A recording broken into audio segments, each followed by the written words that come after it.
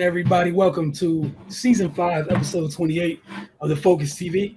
Joined as always, we got Octavia Wyatt, Raymond Lyons, Cardinal Dudley Jr., Wilson Tarpe Jr. We got a lot to get through. Last week, we were talking to you guys about, we told you that round two would be finished up in the NBA playoffs, and boy, did a couple teams take that to the very, very end. We had two game sevens this past Sunday. I know Cardell, Ray, we talked about a little bit Monday morning. Just touch on it a little, touch on it tonight. Octavia, definitely want to hear what you have to say about it, and then take a quick look because we got the Eastern Conference Finals starting essentially Tuesday night. Wednesday night we got the Western Conference Finals. We get into some Mystics. They're also playing. They've been busy as well. Some DC United, 9-4-50, and then obviously no shows complete without rapid fire. So we're gonna start with the NBA playoffs. We're going to get this up on the screen. Octavia, we'll start with you. Just your thoughts on round two as it's come to a very, very anticlimactic with those game sevens. I mean, it was crazy. I mean, I hated the fact that I had to wait till Sunday for game sevens. Like, I wish they would have just played them on Saturday, but I get it why they didn't. Obviously, I start with the Phoenix and Dallas series. Like, I didn't see it coming. It was just like I really thought that Phoenix was going to be able to pull it together. But I think I fell asleep like at halftime of that game. Like that's how bad it was. It just wasn't a point of watching it anymore. I mean, to have 27 points in the first half for the Phoenix Suns was just unheard of. With the firepower they have of Devin Booker and I mean, Ayton played pretty bad as well and was benched as well. Dallas just played hard. It's to come back being down 2-0 in a series. It shows how hard they worked. And I mean, kudos to Jason Kidd because nobody saw this coming. I would think. I don't think anybody thought that Dallas would be able to get out of this series, let alone do what they did to Phoenix at the end of the series. So, I mean, Luka played out of his mind, but, what we always say, the others came to play as well. That was the biggest thing that they were struggling with throughout the series in the first two games. They needed some help. Spencer Dinwiddie, I've always said this in the past. It just seems like when people leave the Wizards, they just happen to just go somewhere and play really, really well. It's just kind of weird. It just always happens that way. And I mean, Dorian Finney-Smith had a great couple games as well. And we know what Jalen Brunson's been able to do. And Maxi Kleber and all of them together. Like the others really showed up in the last couple of games. And I really think that's what pushed them over the edge. Because, I mean, Luka's going to be Luka. And I expect for him to continue that. But they really needed their others to step up. And that's what happened. And Phoenix they were flat. And I don't know if they probably went into this series thinking they had it on lock. And it shows you how quick things can change. And then in the other game seven, Milwaukee and Boston, Boston just came to play. And Giannis, you could tell he got a little fatigued at the end of the game from trying to carry everything. I think it would have been a different series if Chris Middleton was playing. They needed his offense, although I do believe, Drew Holiday didn't have a great offensive series, but I think he did his best in the last game. To give them as much offense as they possibly could. They dared Grant Williams to continue to shoot. And I thought it was a good strategy in the first quarter with Grant going like 1 of 5, I believe it was. But to keep shooting, I think they said he set a playoff game 7 record for most 3-pointer shot. And he passed Steph Curry, which is unheard of. Grant Williams, I think they said he shot 18 threes in this game with 7 of 18. So, that's literally the definition of keep shooting, and who would have thought that it would be Grant Williams, who I think he had a team high of 27 points that game. And they spread the wealth throughout the other games, and they all came up big. Their defense is the number one catalyst, I feel like, for them. I think not nobody, but I think people aren't giving them enough credit for the type of defense they played, because the same thing that happened from the Nets series, the same thing that happened in the Milwaukee series. Oh, Giannis will get going, which don't get me wrong, Giannis did get going. For him to end the series, I think they say he's the first player ever to have 200 points, 100 rebounds, and 50 assists in a series. Like, that's wild. But he had to do that. He didn't have too much help. Brook Lopez got a little bit going in the last game, but at that point, I think it was a little bit too late.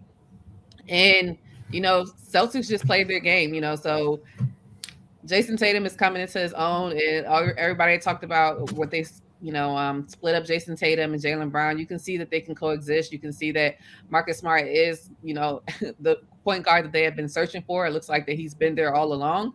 And of course, Al Horford had, turned back the hands of times in some of these games.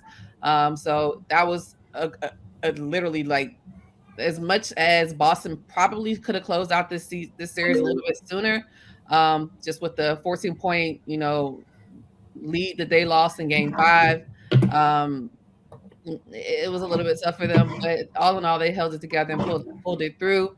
So, I mean, we know that not Dallas, excuse me, Golden State, closed out Memphis, and then Miami closed out Philly last week as well. So I'm just ready for the conference finals to start, and I can't wait for the game to start tonight. All right, Cardell and Ray, any thoughts that you want to share with the folks that may not have heard what you guys had to say, Monday morning on, the end of round 2, and then you guys go ahead and lead into the conversation to the conference finals. Cardell, we'll start with you and then Ray. On the Western Conference, I'm just say I don't know why. It just seems like the Warriors are the underdogs when they're the most proven team left. I don't get it, but we all know it's agenda. We all know the underlying problem with that is if a certain player gets 4 rings, conversations that will be had afterwards. So I'm not gonna go there. We gonna wait, and see if that happens. But y'all know what it is, and for the Eastern, and in the West, man, we gonna touch on it later, man. Look, what a current player said about a player on the Phoenix Suns. Look, he went a little overboard. He made it personal. I don't like that he name dropped other players, saying, just trying to co-sign his points of view and whatnot. And some things need to be said about Chris Paul. Some things got to be said about that. You got to keep it real.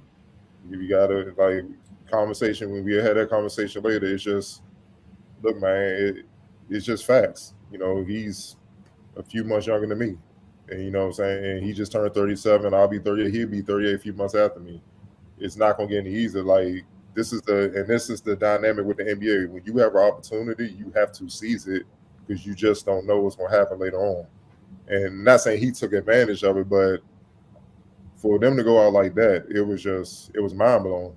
It was mind blowing, man. And and one thing that when Pat Bev is the player, one thing he did say is he's not judging him by just any old point guard. He's judging him by the all-time great point guards. They don't get smacked like that. You know what I mean? And that's just that's what started me. And for him, look, I'm not gonna question nobody's injury or whatnot, but it always seems that pops up when he don't come through. And like I said, it's just conversations that need to be had, man. And don't get it wrong, I ain't gonna go as far to him and be like he ain't all. Look, he's one of the greatest point guards to ever play the game. But you gotta kind of start talking about the reason why it's like he gets to this point and he can't elevate his team past this point. Like Devin Booker, he didn't have the best game, but he a young boy. He's still trying to learn some things. The guy that was supposed to really leading him was Chris Paul.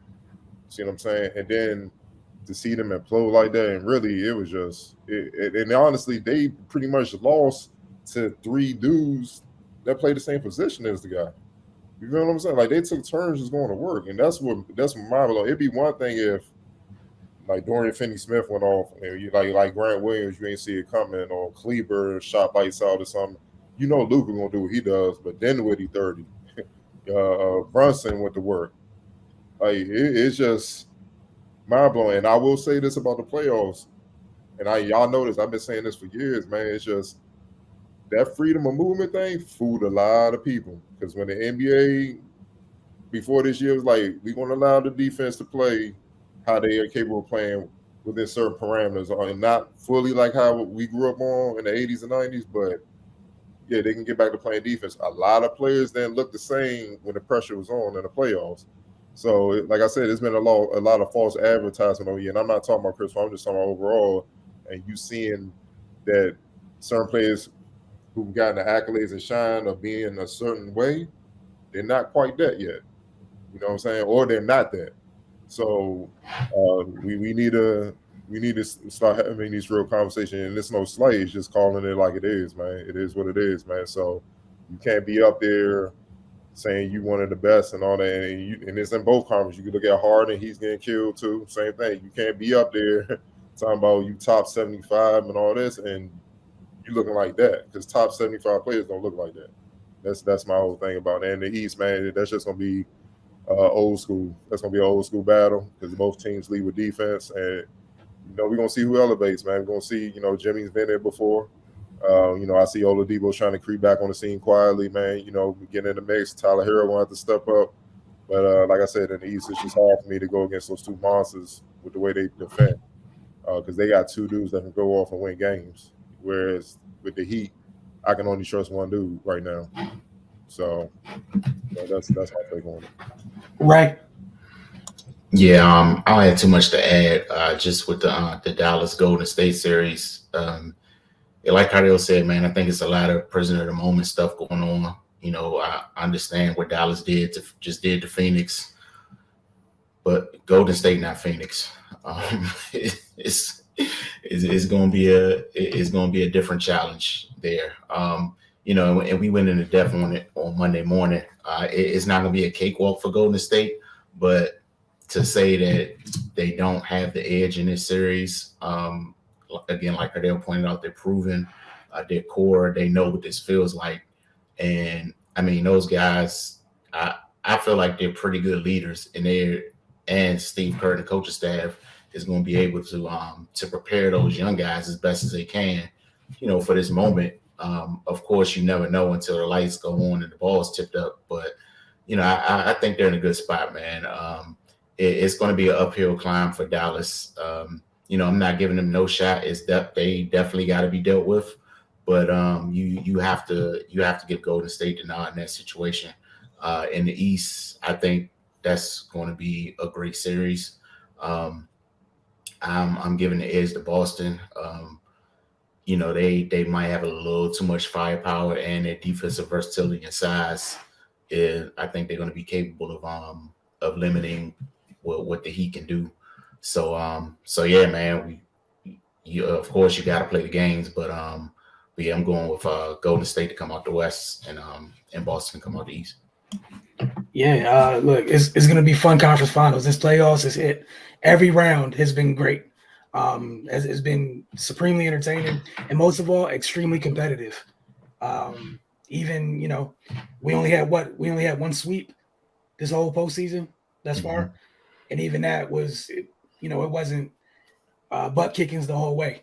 But look, these conference finals are going to be fun, and I'm with you guys. I feel like for a litany of reasons, people are acting like Golden State.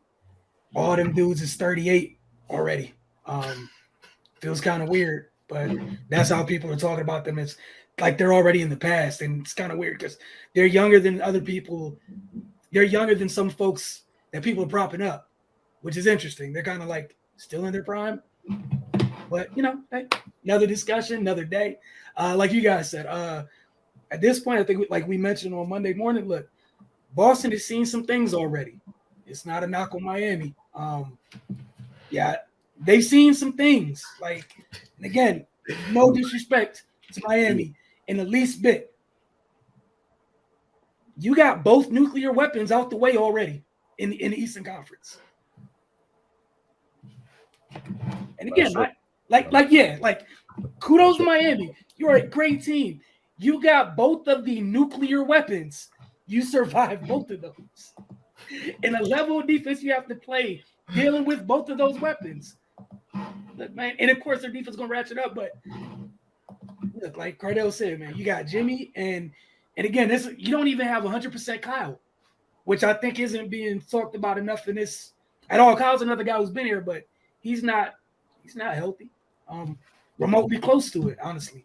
But we'll see how this goes, man. And other thing, lastly, this stage, everybody, sometimes people don't know how people are gonna react until they get there. And we will see. We got a lot more to get to today. Gonna take our first break. When we get back, Ray's gonna talk to you guys about some Mystics. Then we got some DC United. You're watching the Focus TV. We will be right back. Cardell's already shaking his head. So looks, I'm gonna take a while. I guess Dallas is off to a good start this evening. We'll get to that in just a little bit. But What update you guys on the NBA draft lottery as well? I believe Orlando Magic have the #1 overall pick. Yep. So we'll tell you guys how the rest of the lottery is broken down. So fun times ahead. You watching Focus TV. We will be right back.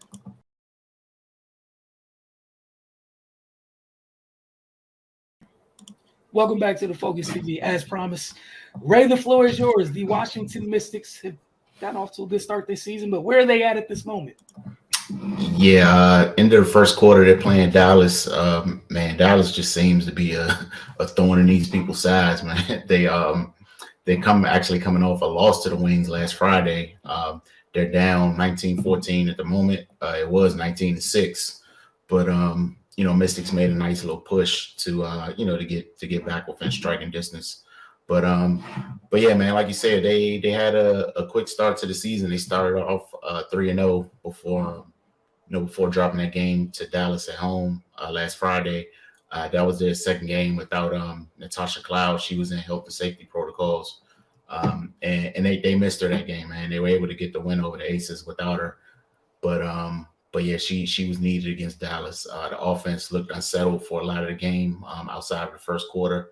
It's led to a lot of turnovers. And the Dallas got a lot of runouts, so the Mystics weren't able to set up their defense, which has been a strong point for them to start off the season. And then Rui Machida, as good as she is, she just didn't have the size to deal with Dallas point guards. And in the show, man, Enrique, she did what she does, and she typically has good games against the Mystics. But yeah, man, they dropped that one, and they're in the dogfight right now to that same Dallas team. But yeah, man, it's a lot of positivity surrounding the Mystics right now. Like I said, they're 3-1 right now in the season. Shakira Austin, man, she's having a strong start to her young career. She's getting in where she fits in. She got her first start in her second game against one of the best centers to ever play, and came out with a double-double, and was instrumental in the win. We're seeing Elena De La Don play basketball regularly for the first time in forever. It seems like she's still not 100%, but she's working her way back to being her old self.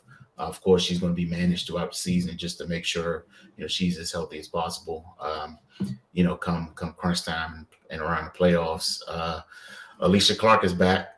She's coming off a long layoff as well, so it's just going to take her a minute to get reacclimated. And I think people just need to be patient, man. Like they expect people to come back from a year plus of not playing professional basketball and immediately be what they were. That's just not how things work. But yeah, the staff, they've been great in working her and getting her to this point. So yeah, come season's end, I'm pretty sure she'll be much closer to her old self than she is at the moment. But they're still waiting on Elizabeth Williams. So even with the fast start and even with how good they look, this team is still not anywhere near their final form. Elena's, of course, she's going to get better as the season goes on. Alicia Clark as well, and they're going to add Elizabeth Williams. So they're going to have some size, length, versatility. That's only going to help improve their defense, which all throughout training camp and preseason, that is that's been a rallying cry. They're going to play defense. They're going to lead on that end. We said all along we're not worried about offense for them. They got a talented bunch that can score the basketball. But what we saw last season was last season wasn't a typical season by any stretch, but a lot of those games it was their defense that failed them. So that's what they're going to hang their hat on this season. And so far through these first few games, that's what they've done. And it's led to them getting off to a pretty hot start. So yeah, hopefully they can turn things around and get this win tonight. But moving forward, man, it's just bright things in their future. So they should be a real good season in Washington. All right, moving on to DC United. Real quick, they were on a road Saturday night in Miami. They had to rally from 2 goals down to leave Miami with a draw, with the 2-2 draw, and they did just that. Leo Campana combined with Lassiter for a beautiful opening goal. Lassiter with a low service to the near post, and Campana provided a clever touch to beat Bill Hamid, who nearly got to it.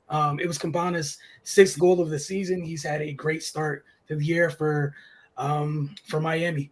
Miami would score again. They would double up in the 45th minute off a set piece. And again, I know you guys heard me say each and every week, DC United has struggled mightily defending set pieces, whether it's free kicks, corner kicks, what have you, struggling to mark players in those situations. And teams are capitalizing off it at honestly, what's an alarming rate. G Mota took the corner, and then Damian Lowe beat the marking of Estrada and the late rotating Donovan Pines for a header into the near post. Hamid didn't really get a chance to track it. This is where, sometimes you regret things. Damian Lowe at that moment, he celebrated with the throat slashing gesture, but it would turn out to be a bit premature. DC United would respond in stoppage time of the first half. So literally 3 minutes later, DC United got on the board. Sofiane Jeffo, he played the ball out wide to Julian Gress, who ran it down before it hit the touchline. Julian was just trying to keep it in bounds. He did a great job of doing that. It got to Estrada, who cleverly flicked it past him, flicked the ball behind him. We were running Fountas, who provided a classy finish. With how Fountas was running onto the ball, looked like the keeper expected the shot to go to the far post, and he did it. Fountas, it was a gentle ball to the near post to put them on the board. It was a classy finish. But, we talk about it in other sports, it's important how teams close quarters and halves, regardless if you're ahead or especially if you're trailing. And it was big that DC United was able to get a response. One of the most dangerous or precarious scores in soccer is a 2-0 lead, because it's not enough for the other team to feel like they're out of it. It's just, you never feel like it's enough, because again, it takes 2 quick moments and your lead's gone, and nothing that you did mattered that quick. It would be Taxi's 5th goal of the season. The black and red weren't done yet. They would get the equalizer in the 74th minute. It started with Fountas beating 2 players on the sideline, one of them which he made on the way into the box. Then he found Russell Canals. Russell knocked it to the center of the box where Jackson Hopkins and Ola Kamara were. Ola got enough of it to beat the keeper, and like Fountas, it was his 5th tally of the season for DC United. As for Taxi, his play continues to put him in good company. Here's a graphic from the team on what he's accomplished in his first 5 MLS appearances. He has 5 goals and 2 assists. That's 1 goal behind Joseph Martinez. He's pretty damn good in this league. And 1 assist more than the legendary Didier Drogba, who came over here a little bit later. But as you can see, there are some high-quality names on this list. It's a busy week for the Black and Red. They host New York City FC on Wednesday and then Toronto FC on Saturday. So they have an opportunity, if they can get 2 results, to climb up the Eastern table just a little bit, and, they definitely need to. On to the 9-4-50 breakdown. Got a breakdown of creating contact for open shots off pin downs and curls. Again, creating contact for open shots off pin downs and curls. That's followed by our second break. You're watching Focus TV. When we get back, we'll recap. We'll fill you guys in with NBA draft lottery, and we'll get into rapid fire. Once I'm here and I V-cut, I plant this left foot, I got to sprint here. The faster I sprint, the faster he trails, okay? So if I go slow, he's not going to trail me that quickly, okay? So once I V-cut here, okay, and I sprint, I got that contact. Now, hit him with your shoulder, okay? So again, I'm here. Start here, plant, go. Shot, okay? You got to make contact with him to get him to bump off. This is an aggressive defender. So he got his hands on me a little bit. I get off here. That's not an offensive foul, okay? He's running into me, trying to catch up to me, okay? Got to make contact.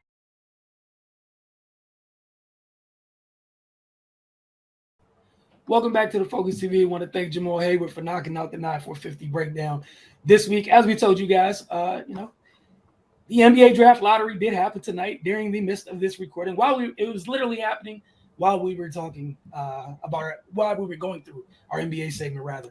So here we go. Put this up here for you guys. Hopefully everybody can see it. Start at 14. Cleveland, Charlotte, the Clippers, the Knicks. Washington has a top 10 pick, literally at 10. San Antonio at 9. The Lakers, but that's really the Pelicans pick. Shout out to them. Planning for their future and whatnot. So the Pelicans pick at 8. Portland at 7. Indiana at 6.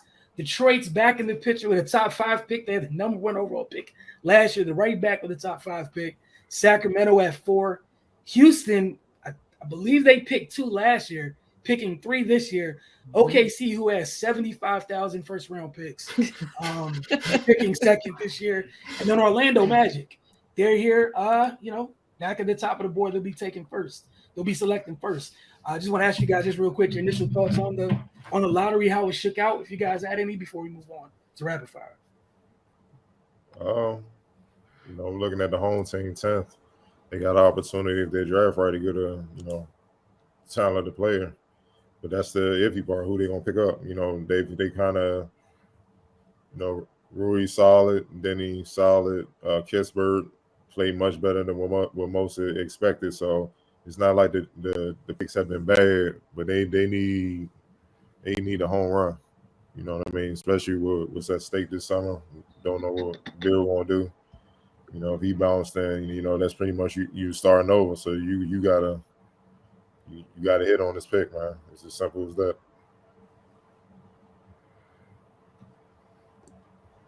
And you're on mute. That would help. Ray or Octavia, any thoughts on the lottery? If not, we'll keep things moving. Not really. Just it's like Cardo said earlier. It's just funny how the Lakers just keep helping everybody else except for themselves. That's tough. It'd be like that sometimes. Consequences and whatnot. All right, so rapid fire, Cardo. I know you got some stuff for us this week, so floor is yours, sir. Yeah, we'll start with Mr. Kyrie. Yesterday, interview on I Am Athlete. He admitted that the Cavaliers team could have won more titles had he been more mature at the time. If he had spoken to LeBron rather than being closed off. And I quote, "If I was in the same maturity line, understanding of who I am, I look back, we definitely would have won more championships because there would have been a better man-to-man understanding about what I'm going through. I didn't know how to share my emotions. I didn't know how to do that. So instead of sharing, I isolated myself. I just started pouring myself more into the game. I had one of my better seasons, but I wasn't connecting with everybody as much during the championship year. So 2017, it was a different year for us. We went against Golden State. We went against a great team. When you're not a great team and not clicking on all cylinders and together, you're easily defeated. You're defeated before you can get to the arena. What are your thoughts on his introspective outlook on, back a few years ago with the Cavs running with LeBron? And before you go, I'll tell you, they still would have got their ass whooped by the KD.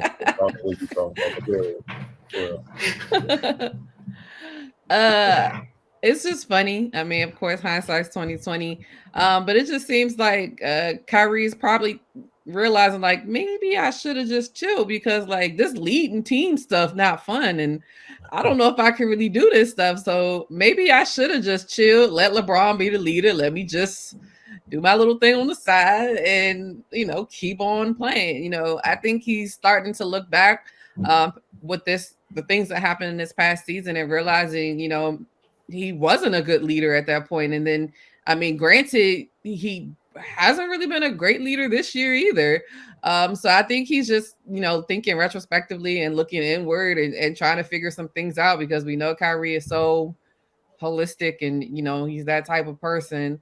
But I mean, he's stating the obvious, honestly. I mean, we all knew that, granted, I mean, I don't remember exactly how old he was at the time. I mean, he's 30 now. We all have regrets once we get older and we're like, I wish I would have handled this differently. But it doesn't look like he's really learned from it just based off of what happened this year. So, but maybe that what happened this year is what made him reflect on that. So, I mean, I don't really believe anything until I see a change or a difference of him next year. We'll see how that works out for him. But I just think he just realized that maybe I just shouldn't have been the guy. I should have just been the sidekick. I should have been Robin. Just let him be Batman. Just like now, just let KD be Batman. Just be Robin, and just do what you need to do. All right, Ray. Yeah, I mean, I think it's just still a growing process for him. Like he's at times he comes off as one of those smartest guy in the room types.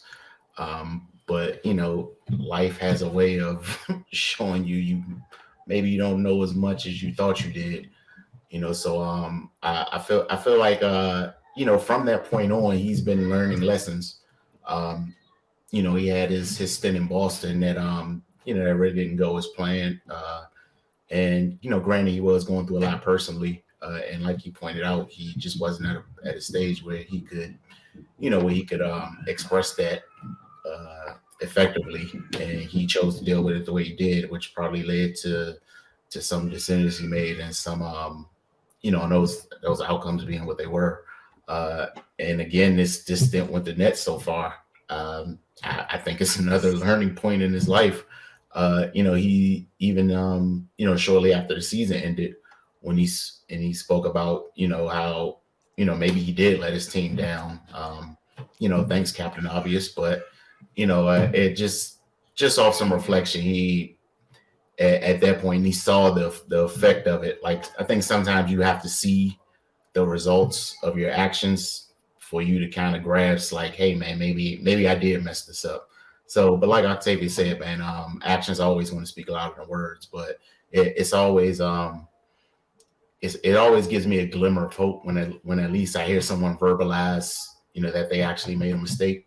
So yeah, man. I mean, I wish nothing but the best for the guy. Hopefully he comes back with with the renewed sense of personal responsibility and responsibility to the team. Man, I noticed he got a haircut, and number one, Kyrie is a problem, man. So maybe he I don't know, man. Maybe he has turned the corner. But yeah, man, as long as he's happy with himself, and he's and he's in a good space mentally, man, it really doesn't make much difference to me what he does or not. But like I said, man, I just wish the best for him moving forward, and so he's able to to maximize his potential. Because I think if he's in the right mind space, him and KD can accomplish a lot of great things together. So yeah, man, we'll see. Yeah, I enjoyed the interview. I saw you tweet about it yesterday, Cardell, as well. I think I watched it I watched it instead of listening to it. But yeah, I mean, it was cool hearing him talk. You got to peek a little bit how he thinks. That said, like, I'm happy that you realize something and maybe you learn from it. But to me, I mean, we'll find out if you learn from it going forward. Because I mean, like this year, I don't think it should have took what happened this year. Like, you, at some level, you had to know what you were doing was legit just counterproductive to the team. So, I mean, that's cool for growth and all that. But I'm kind of just waiting to see if there's an immediate action to follow the words.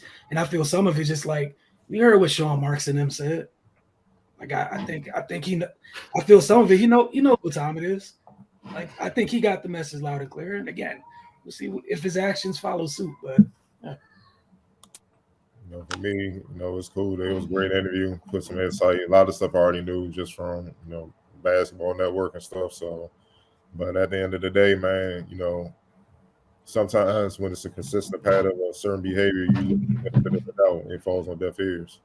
And it ain't just Sean Marks. Nike, allegedly, they talking about discontinuing his shoe brand, and it's one of the best. They sell the most. So that tells you how tired people are that are associated with Kyrie, and I think he feels that.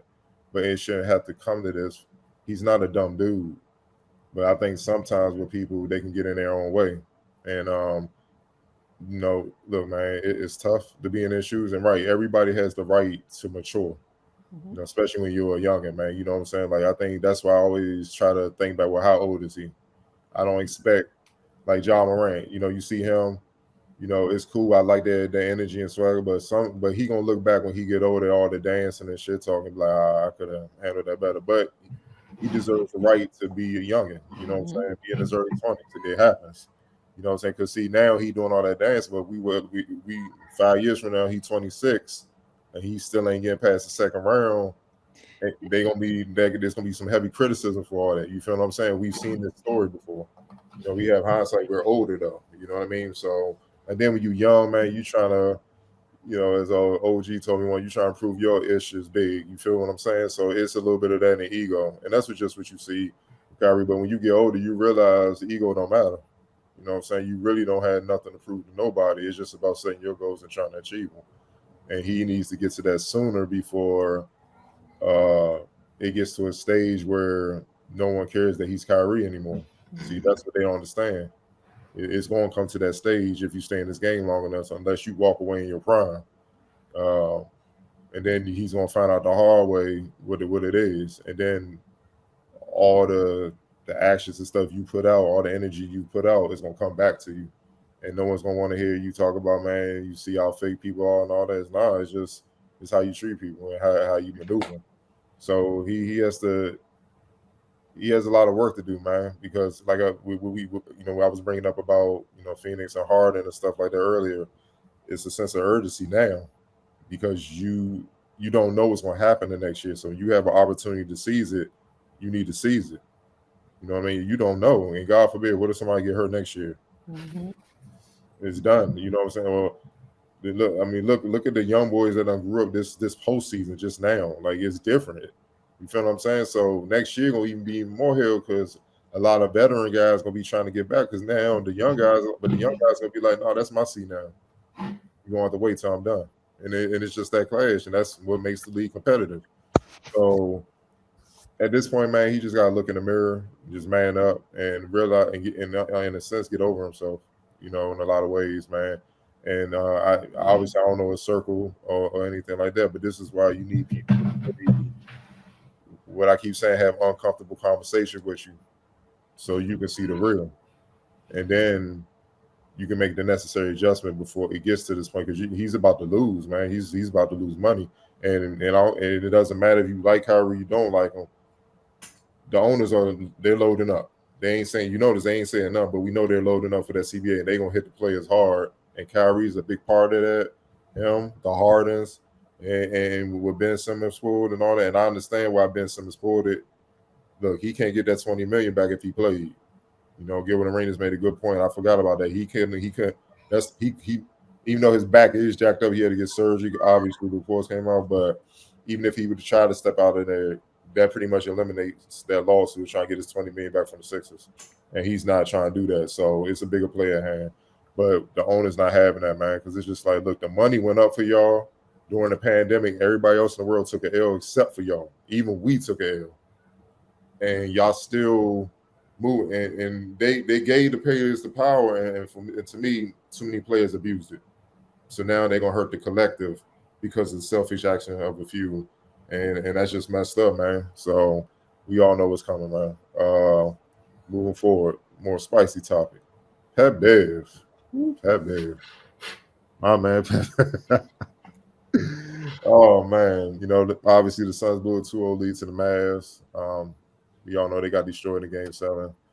But some of his critics definitely, you know, spoke up. But not as loud as Patrick Beverly. He said on ESPN, ain't nobody worried about Chris Paul when you play the Phoenix Suns. Nobody in the NBA. And I'm just letting you know how NBA players feel. He finessed the game to a point where he gets all the petty calls, all the swipe throughs at the end. I mean, this guy, we want to be honest. We want to be really honest. He should have fouled out. He should have fouled out the last game, too. You see the replay against Russell, hit him on the shoulder, hit him in the mouth. Ref don't call anything. If that's me, or review or flagrant one. If that's him, they don't call it. So let's not get it twisted, man. He should have fouled out. He can't guard. He literally can't guard. No, he can't. Everyone knows that. CP can't guard nobody, man. Everybody in the NBA knows that. Everybody knows that. What do we call him? Cone. Beverly later said he meant Paul can't guard only in comparison to other top 10 all-time point guards. I'm going to judge him based off exactly what you guys tell me that he is, but it's hard to reconcile that frame. Obviously, with CP can't guard nobody, man. Everybody in the NBA knows that. Everybody knows. So it is what it is, man. You know, we all saw Pat Bell's comments. We'll start with you, Ray. Just what are your thoughts on all that? I mean, to me, like ESPN knew what they was doing, man. Like the dude flamed out like that. You bring his mortal enemy on to piss on his grave. Like they knew what they was doing, man. And like, if you want to talk about how bad he played to close out that series, cool. But you know, to go to the extent that he went, like, dude, like, come on, man. Like this is don't be WWF with it, man. Like, and then the last time we saw Pat Bev against Chris Paul in the playoffs, it wasn't pretty for Pat Bev. So, like, well, what are we really talking about here? Now, it was some truth to what he said. Like, it's no escaping. Chris Paul played bad, plain and simple, man. You can't get around that. But keep the criticism to an acceptable level. Like all the extra stuff and the theatrics, man. You can take that somewhere else. I understand you on TV, you got a job to do, but I mean, I think that's become the main issue with having these conversations. People just take it to the extreme instead of just stating the obvious. He played horribly, and they got done in real bad at home. Like you can keep it at that, but all that he can't guard stuff and he should have fouled out and all that stuff. Like that's extra and it's unnecessary. And I understand that they want to get people moving and excited and get clicks and views, but just to bring a dude on like that to specifically tear down the guy we know he has an issue with, and it just seemed personal to me.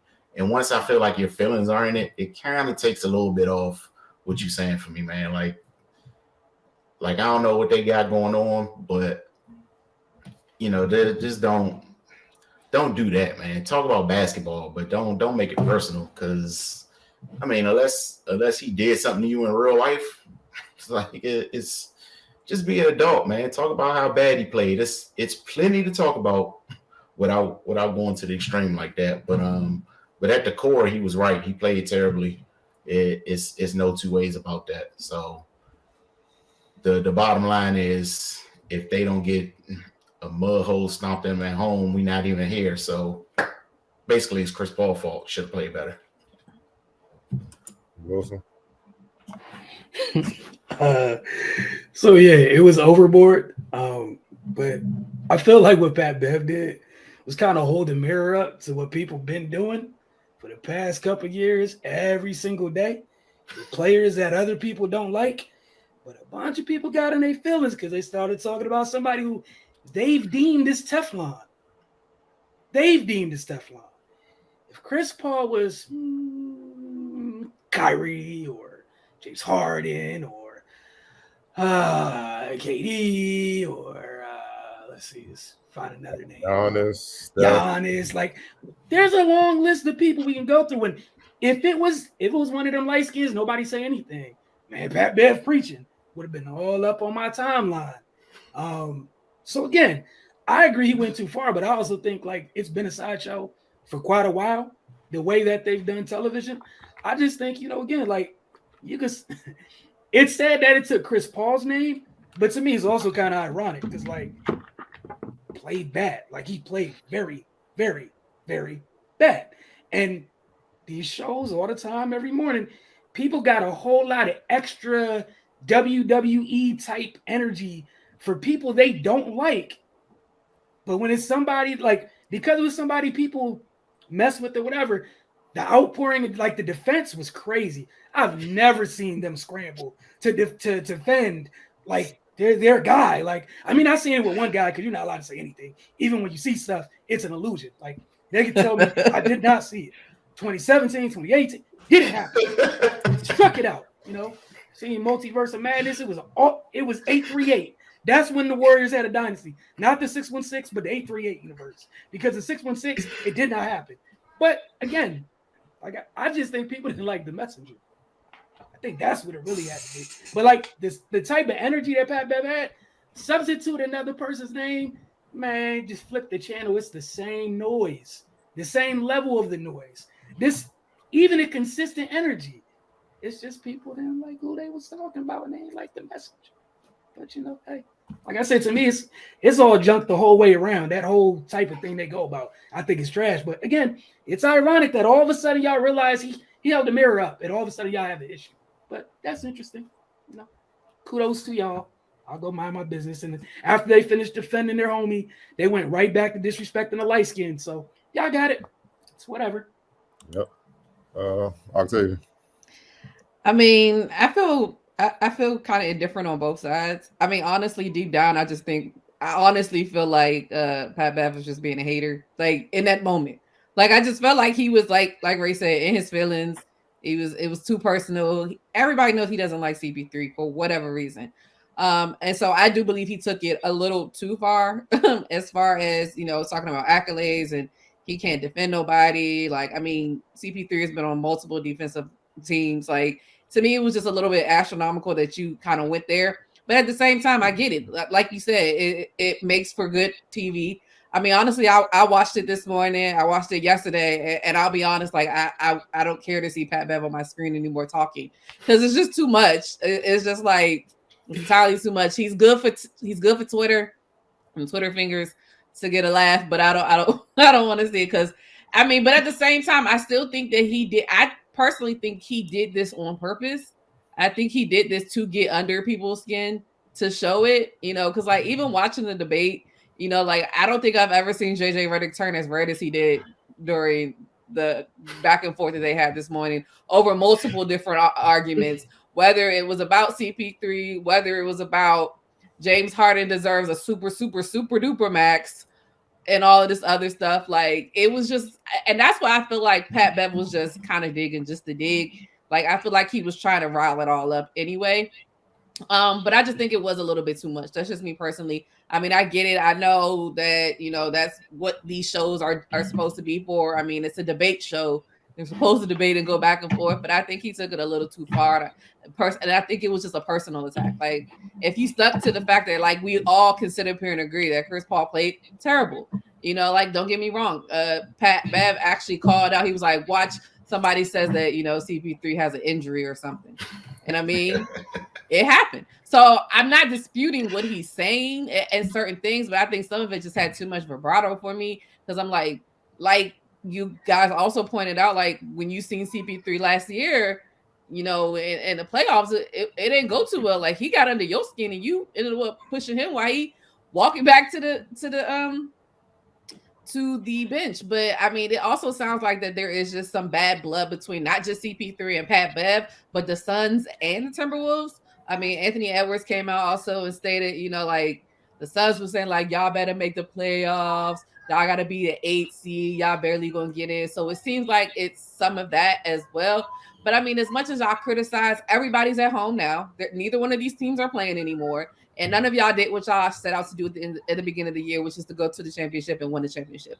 So at the end of the day, nobody did anything. Everybody played terrible. It is what it is. But I just think that was a little bit much. But CP3 definitely deserves the criticism and all the words that everybody's given because he had a horrible game.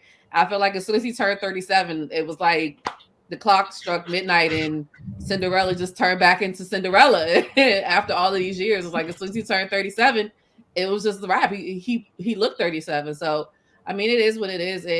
It's terrible for them, for him and his own personal situation because, like you say, he just turned 37. He'll be 38 next year. He doesn't have too much more time. He doesn't have a big enough window to figure out if he's going to get a championship. So he missed out on a golden opportunity last year and this year. So again, we know there's no guarantee that they'll even be in the same situation next year with the West coming back as much as they are. We know with Dallas is here. I mean, New Orleans is looking decent. Golden State is going to be good. I mean, is Kawhi going to be back for the Clippers? Jamal Murray will be back, with the Nuggets. So it's going to be tough for them to even get back in this spot next year. So he missed out on a golden opportunity. So he definitely deserves a slander. But I think Pat Bev went a little too far. All right, for me, it's a few layers. Bear with me. The thing I don't like about it all, and the reason why I don't really watch a lot of these shows, I just got a lot of people sending me stuff to ask me what I look. That's how I found out about a lot of stuff. A lot of former NBA players do this across all these networks, And meanwhile, you know, I had to screenshot this picture because when Pat Bev, I think it was Pat Bev and it was either Stephen A or JJ was going at it, I saw Greeny literally kick his feet up and start sipping, put his feet on the desk and start sipping. And I'm like, I guarantee you that's how the people up top of ESPN are sitting because they know ratings and more money. Mhm. Meanwhile, it's real friction because you're dealing with ultra competitive players. They're gonna see each other and they just know they're reaping the benefits. They know what they're doing, man. And you know, that's the one part I don't like about it. Truth be told, outside of him bringing like Paul George name into it and speaking on NBA players, like when you're in that platform, speak for yourself because you don't want to bring somebody else in some drama that don't even know they, you know what I'm saying? That's just tacky and weak to me. Keep that about you. I love what Pat Bev did. I love him on ESPN. Why? He tells the unfiltered truth. That's what it is. And people don't want to accept the truth when they got some emotional attachment to certain players and stuff. You feel what I'm saying? Now, Chris Paul's an all-time great. I'm not going to go that far as where he, you know, Pat Bev was like this. Like he did strap, but his defense has been falling off the last few years. It's just facts. They go at him. You know what I mean? You can go back to the finals. Drew Holiday and Chris Middleton had their way. All right. So those are just facts he pointed out. But people don't like to hear the truth when it's, like I said, an emotional attachment to certain things or certain players or whatnot because they're mad. It's just like he's not saying anything wrong. He's speaking on the real. You know, also with Chris Paul, the reason why I don't have no sympathy for him, he's disrespected so many players and coaches throughout his career. It's ridiculous, man. For no reason. Just this playoffs. Alvarado. Yeah, man, I finally got him. They praising him, all that. Competing against one of the all-time great point guards. He's a rookie. Of course he's going to be excited. Chris Paul in the post game. Yeah, what's his name? I was just mispronouncing. See, that's personal. You feel what I'm saying? You disrespecting me and stuff like that. So once you put that energy out there, you know, think about all the situations, just the cheap shots, the just not acknowledging certain players. I remember the little Steve Kerr thing. Steve Kerr joking, he like, and then walk away and stuff like that. People remember that. That's on camera. So when it comes back your turn, best believe everybody gonna have ammo for you. You gotta take that. And I don't have no sympathy for you because what energy you put out in the world, when you get it back, you gotta man up and just deal with it. That's what you asked for. So that's part of ain't no sympathy for him in that regard, man. But this is what ESPN do, and people keep watching. You know what I'm saying? And certain people who are calling Pat Bev out like, man, who are you to call out Chris Paul? You ain't on his level. Well, a lot of them ain't on Pat Bev's level. So why y'all talking? You know what I'm saying? Like, you know, like, look, it was a dude who got a show with another guy. I ain't gonna say no names because people petty and all that like to send lawsuits. Talking about Pat Bev, talking about like, I think he was just out of pocket. We were role players. They're gonna forget about us. No. You were a role player, but you wasn't Pat Bev role player. Pat Bev been on all defensive teams and stuff like that. You was hanging on in the league. Let's call it what it is, man. So no, y'all not the same, especially when you have a platform that's been built up off of doing the same thing you accusing Pat Bev of doing. See, that hypocrite, it's many hypocrites out here where they do the same thing but got the nerve to call it out because they cool with a certain guy. You see what I'm saying? Like, but this is the issue when NBA players come up on there and be like, the media, y'all didn't play, y'all get up here and say anything, but then these guys play and they get up here and do the same damn thing they're accusing the media of doing. Which makes it worse because y'all should know better because y'all know how it feels because y'all on the receiving end. Y'all see what y'all family go through off of bad reports, misinformation, and everything like that. See, this is all the layers, and that's what I really think Pat Bev was trying to get established and really put out there. Like, he's one of those guys that, like the Joker in Dark Knight, he's like that guy. He wants to prove a point. He wants to just blow everything up so y'all can see everything that's going on and realize it's a bunch of people just full of it. And JJ turning red, but he disrespects players too. Man, he going at Bob Cousy, and Bob Cousy, 93 years old, and he going at Dawg Streets, who passed away like 15, 20 years ago, man. Like, you feel like, come on, dog. But you talking about you don't need to be disrespecting Chris Paul like that. But you disrespecting dead former greats who the league foundation was built on. So it's just too much BS out there. Like that, but this is what they want. This is what they built up. And it's irritating because back in the day, we used to just be able to turn on ESPN and really just focus on basketball and get information about the game and then sit back and enjoy it.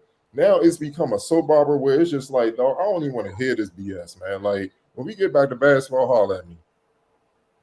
What you think you're going to do when you got ultra competitive players up on the screen and stuff like that? Yeah, newsflash, everybody ain't going to like everybody. Everybody ain't gonna like it. They compete against one another. Like, dog, who knows what they got back history on and stuff like that, the beef and drama. I mean, come on now, it's just real. And here's another thing. Stop expecting everybody to like everybody. Yes, if you have Isaiah Thomas on there and he starts talking about Michael Jordan, you ain't gonna hear nothing good. Like, let's keep it about. You're not gonna hear anything good. Scottie Pippen get on there, you say Michael Jordan, we already know what time it is. So you gotta learn to just all right, man. When he starts talking, muted or just turn the channel, I'll come back afterwards, man. But like I said, a lot of these hosts are amping it up and stuff because they're not in the line of fire until they're in the line of fire. And then they want sympathy and everything. Everybody just need to get back to being responsible journalists. These networks need to do a better job of vexing the guys that they hire and stop hiring people who just gonna be messy and stir up stuff. And then you won't have this issue. Get back to talking basketball. Because like you said, talking about his defense and the fouls and stuff, that is basketball. There was nothing wrong with that. The wrong part was bringing in Paul George's name into it and stuff like that, and saying he can't guard Cone. That's basketball. You may not agree with it, but that's basketball. He ain't slandering. Yeah, it may came from a personal place because they don't like each other, but he's bringing up basketball. If you look at the numbers and what happened in the series, you can't really argue with it. He got cooked. Jalen Brunson was big boy in that boy down there. And Jalen Brunson 6 feet. That's not supposed to happen with Chris Paul or all-time great defensive point guard. So it's just time people just gotta admit the real. It's just certain players you can't say nothing about, man. It's bad. You know what I'm saying? You do that, you need to go to jail 3 to 5. You need to get fired. It's just like that, man. But like I said, don't bring people on there that you know don't like certain players. Don't even ask them that. We already know what it is, man. So I mean, I just don't like the fake stuff, man. It's just people want to act like they don't know what it is, man. It's just it blows my mind. Like they know exactly what they're doing. You feel what I'm saying? So it's just like JJ. To me, he's a simp for today's NBA player. All he's doing is catering to what they talk about in the locker room now. That's why he has no problem disrespecting the old school.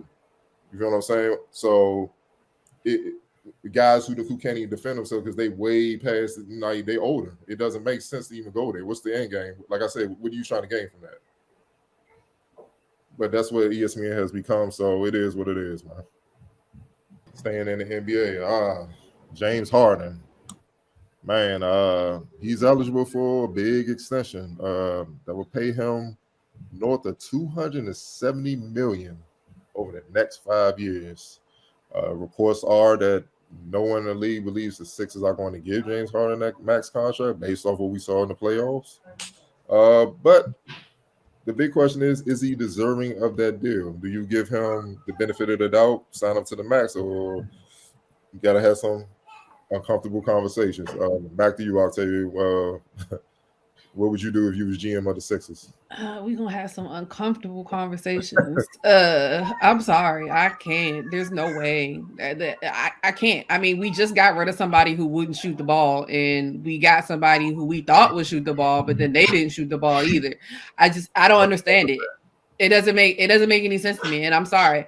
And if Joel Embiid is the dude, he's the dude. Okay, so I don't understand why we're even having a conversation of a super max at this point. Like, and I mean, don't get me wrong. And I think that was like the biggest issue that people are going back and forth with on this is that, are you saying that James Harden doesn't deserve money? Like, no, he deserves to be paid. But I mean, let's still look at the track record that we've had over the last 2 to 3 years. He forced his way out of Houston. He forced his way to Brooklyn. He forced his way out of Brooklyn. Now he finally get where he wanted to get. And then you still don't produce. I mean, like, and that's the thing. And it's like, and it's always going to be, what have you done for me lately? It's always going to be that. I don't care what you did in Houston. Like, that was years ago. Like, what are you doing for me now? And at this moment, it doesn't look like he doesn't look like he's a guy. Like, I mean, shoot, at this point, I would probably be looking at giving Tyrese Maxey more money than I would give him. You know, like Like, let's keep it a buck. Like, I mean, he's a youngin'. Of course, he's not going to get that. But I'm just saying, off of the strength of how hard he played and how much I mean, you saw the. I don't know if you saw the clip, but there was a clip of how upset they got at each other in the last game and everything like that. Tyrese Maxey is there. He want to be there, and it just seems like James Harden is. You know, we know he's searching for that championship, but it don't look like you really searching for it because it don't look like you playing that hard for it. So if you're not paying that hard for it, then why would I pay you a Supermax deal? We need to come to a mutual agreement on a good number. I'm not saying that he should be bottom tier or anything like that, but a Supermax, absolutely not. If I'm the Sixers organization, because obviously we still need more pieces. We gave up everything to get you. We lost Drummond, we lost Seth. So, which was another shooter. I mean, Danny Green is going to be out. Not saying that Danny Green was great, but Danny Green is going to be out with the ACL injury now. So we just supposed to give you all our money and do this all over again next year? It sounds ridiculous to me. And honestly, I think if James Harden stopped and really thought outside of just I want my money. If you really want to win a championship, you should probably be thinking about that as well. Just to also add to it, if they did sign him to the Supermax, when he turns 37 on the 5th year, they will be paying him $60 million that year. Absolutely. He looked 37 now. Hey, relax. I'm 37. Shut on. I mean, in basketball years. Go ahead, Ray. Yeah, buddy. Go ahead and opt in for your 47. After that, have a nice life. Because you cannot give him that type of money based on what he's shown you recently, and that's just the bottom line, man. Like we got to get to a place where people actually earning their money around here. Like, dude, it's getting ridiculous, man. And like you brought up earlier, this next round of CBA negotiations, they going like, you know how when cops are doing investigations and they got the criminals' pictures on the wall, Harden name picture gonna be up top, and they gonna be like, this is the guy that's responsible for it all, and among some others. But like, if they give him that money, they deserve what comes with it. Like it's just not good business, because you gonna have to pay Embiid, and then if you got that much money tied up in two players, what you're going to be able to put around them is going to be super limited.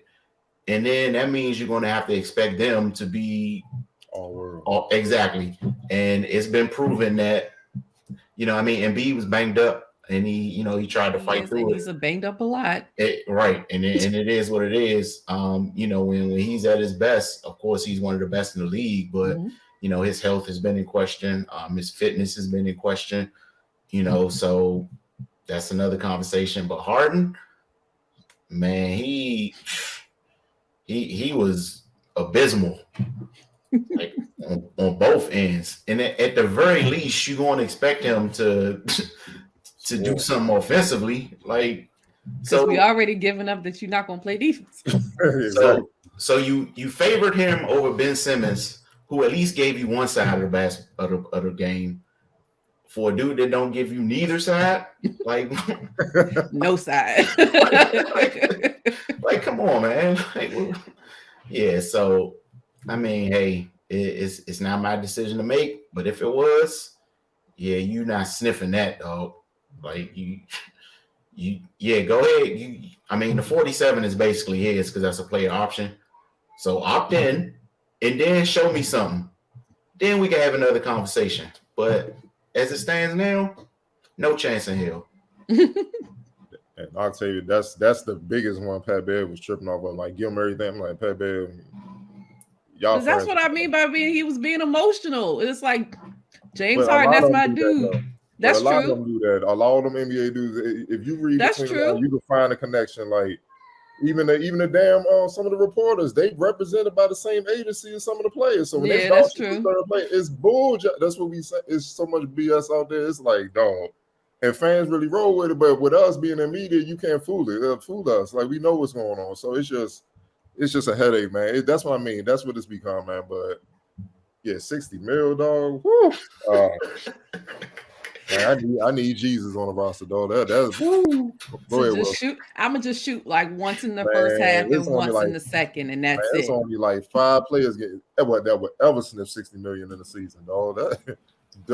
That's a contract for most players. Are you serious, bro? And that's Mike, Will, Jabbar, like yeah, true, because they won't even make it. Like Braun, if you ain't those dudes, man, don't come in my office asking for 60. That's insulting, man. Come on, go ahead, Will. Yeah, man. I was laughing from the beginning. I was laughing through y'all's answers, and I'm gonna continue to laugh because it's just the best joke. All right, so if you're special enough to do this, Philadelphia, y'all have stacked up the evidence quite well. The defense has rested a long time ago. It goes for him as well. That's also rested. But just why? Seriously, just why? You went to Brooklyn to be the third guy. You ain't deliver on that. Cool. And they were even cool with you not being Houston you. Then Philly, for whatever reason, they traded for you, and you couldn't even be the Brooklyn version of you. And I'm not, like, look, all jokes aside, I'm not trying to be funny, right? Like, you, and this is where I have an issue with it, right? Because you're a great player, but you know the fact that you don't have a ring is something that's going to burn a hole in the things that you've done or haven't been able to do in your time in this league. And I feel like what you kind of did was try to go about it the easiest way possible to be the third wheel along for stuff. And the worst thing is, all you had to do was sit in Brooklyn, shut your mouth for 3 to 4 weeks, carry the team for 3 or 4 weeks, and reinforcements are coming back. You got your feelings. This ain't what I signed up for. Yada, yada, yada. And Philly, seeing all this, bless Daryl Morey's heart. But I guess, love is love, right? Makes you do some crazy things. You ignore it's blind. It's a whole lot of things. You ignore all the stuff you just saw, and you were in Houston with him, so you know better than anybody else what it used to be, what it currently is, and you still did the trade. Cool. 47 mil for me. That would be it for me. I'm not even entertaining anything else. But again, like Octavia said, y'all done, at least with Ben, like, what you were getting on one end was all world stuff on one end. It wasn't just okay. It was all world. Y'all would have got burnt up in the playoffs by Trae Young, and his thinning hair would have averaged 45 on you and sent you home in like 5 games. You had to go put a 6'11", 240-pound person, metahuman, to slow that man down. And you were like, man, you ain't shoot the ball when I want you to, and you got to go. I know our guy kind of gave the ball out every 10 seconds, turning the ball over in that game late, what have you. Y'all, that was a tank job. That was a failure by y'all as a whole. But you threw aside your one-man defense because it was hiding a whole lot what y'all had on the perimeter for this. And then if you want to pay this, that's crazy. Keep in mind, like a lot of people forget, Tobias Harris currently makes the most money on that team. Yep. Just think, I don't think people get this. And plus Tobias Hart, but like, you know what he is, but you didn't ask no one asked Tobias to be your number one guy or essentially really your number 2 guy, but they're paying him as such. Cool.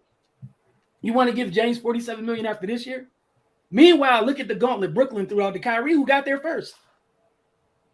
He got there first, and they kind of like, well, if you don't want to come back to work and be a professional, man, we thank you for your time, and that's been great. My man, within a couple of weeks, been to the barbershop, looked like he got his head on straight within a couple of weeks. This dude's still doing the fat suit type thing. Somebody's saying it seriously, somebody's not. I couldn't. Like, if it was me, man, I'd find a way to get out that 47 mil opt-in because I didn't get what I traded for. And I'm not being funny. They didn't get what they traded for. And in terms of an extension, man, I'm talking about NFL type deals, 3 for 50, 3 for 60. And there's going to be things like, I'm going to call Pat Riley. What is y'all body fat thing? Like, what are the requirements? That's what's in your contract. Because I need to know that you show up. You can't give that man that much money, man. Based off his production. You just can't. Like y'all said, there's not even 10 people in history you'd openly just hand that over to. 10. That's what. it's hard to get a solid 5 that you would do it and not question it, right? But y'all are talking about it for this guy. Like, look, man, and I said it's a joke, man. It's funny, but I'm just keep it short and sweet. Everything y'all said, but it's not just that, man. I think his lifestyle don't caught up, and that's the difference with having that type of lifestyle off the court.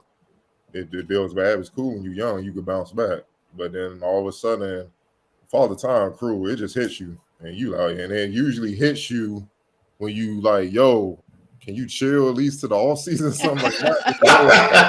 Like, yo, in the middle of the second quarter, man, like I'm being double teamed, and it's like Space Jam, the original Space Jam. That power just gets sucked out of you. Like, oh damn, and I mean, dog, it ain't even about what we said. What Joel Embiid said, he ain't that dude no more.